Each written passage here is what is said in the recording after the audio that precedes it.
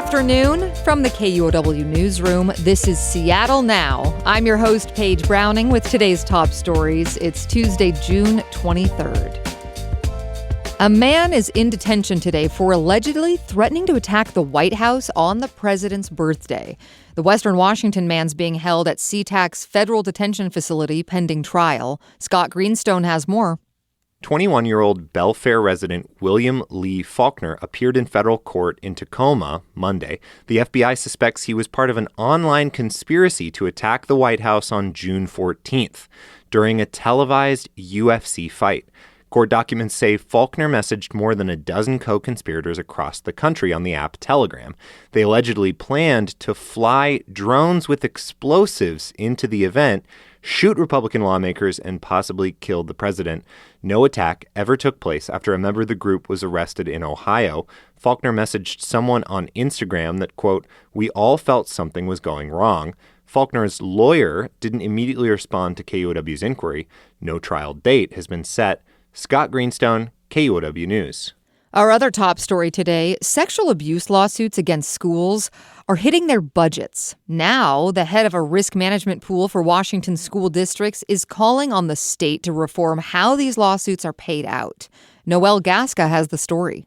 In 2024, Seattle Public Schools paid its largest sexual abuse tort claim settlement in district history, $16 million. And SPS isn't alone. Changes to Washington State's statute of limitation laws and a 2020 Supreme Court ruling have led to new sexual abuse torts against school districts. Deborah Callahan is the CEO of the Washington Schools Risk Management Pool.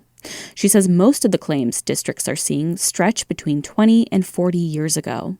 But the payouts are coming out of current school year budgets, and Callahan believes districts need relief. Instead, she'd like to see the state establish its own victim compensation fund. Callahan says the payouts have forced the management pool to increase the base rate districts chip in an average of 45%. Noelle Gasca, KUOW News.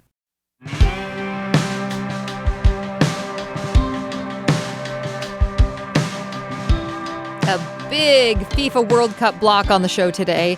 First, the U.S. has eased its restrictions on Iran and will allow the team to arrive as soon as tomorrow, 2 days before their match in Seattle. But they will be required to leave the U.S. on Friday after the match is over. Iran plays Egypt Friday night in Seattle. As for Egypt, they will also stay in Seattle for 2 days before the match. Initially, Egypt had requested to spend the entire week in Seattle, which FIFA said no to. The Seattle Times reports Egypt will hold a practice session here tomorrow night. It's game day tomorrow for Bosnia-Herzegovina versus Qatar in Seattle. Bosnians in the Puget Sound region are preparing to cheer on their team. Anna Boyko-Wyrock has more. Usually, Tuesdays are not this busy at the Balkan Market in Burien. But owner Svetlana Vasek is prepared with lots of cevapi, special beef and lamb sausages. You go to visit Sarajevo, you have to eat that. There's no way around it.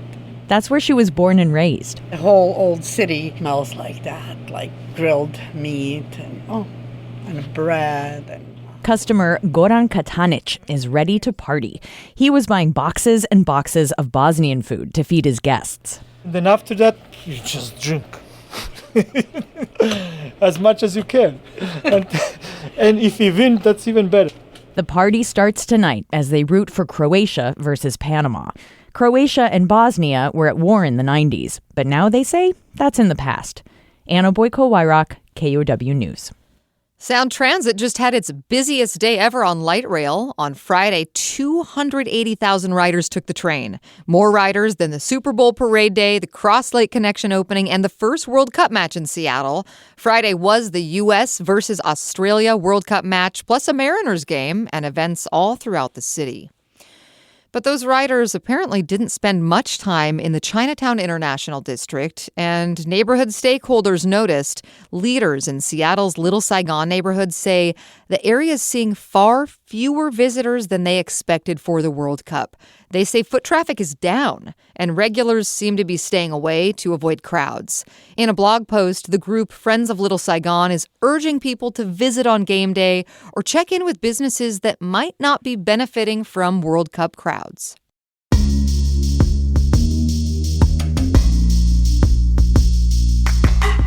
In environment and science news, a couple things today. Washington state's on the brink of merging its carbon market with California and Quebec. The Seattle Times reports Washington officials plan to cement their plan with the other governments on Thursday.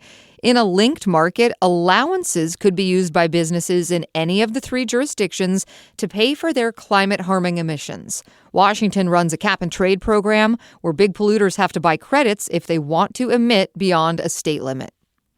Democratic Congresswoman Susan DelBene is calling on the Trump administration to release data on an AI pilot program that reviews procedures for Medicare patients. Washington hospitals say Medicare patients are waiting 2 to 4 times longer to have procedures approved since the federal government chose it to test the AI program about 5 months ago. DelBene has sponsored a bill to roll back the program. Washington seniors should not be the guinea pigs for the administration's AI experiment. This program is nothing more than a Trojan horse to privatize Medicare. Federal officials say the program's goal is to reduce fraud and unneeded procedures by requiring prior authorization for some services. But medical professionals say it's leading to more denials and delays for older residents.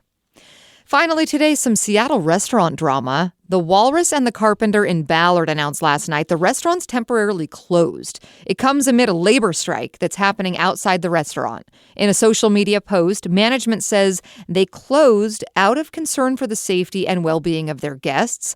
The union has filed charges with the National Labor Relations Board alleging a delay in negotiations and retaliation through firings. The restaurant says it's working on a plan to reopen. Next time on Seattle Now, we'll check in on the World Cup vibes and how Seattle's standing out from other host cities in the U.S. I just don't think you get that community feel that we want from sports, that connection, quite like you have it here. Which is so weird to say. Yes. Because we have this reputation as such a frosty city. Hear more Wednesday morning. That's all for today from the KUOW newsroom in Seattle. Our producer is Andy Hurst. I'm Paige Browning. Seattle Now and KUOW are members of the NPR network. See ya.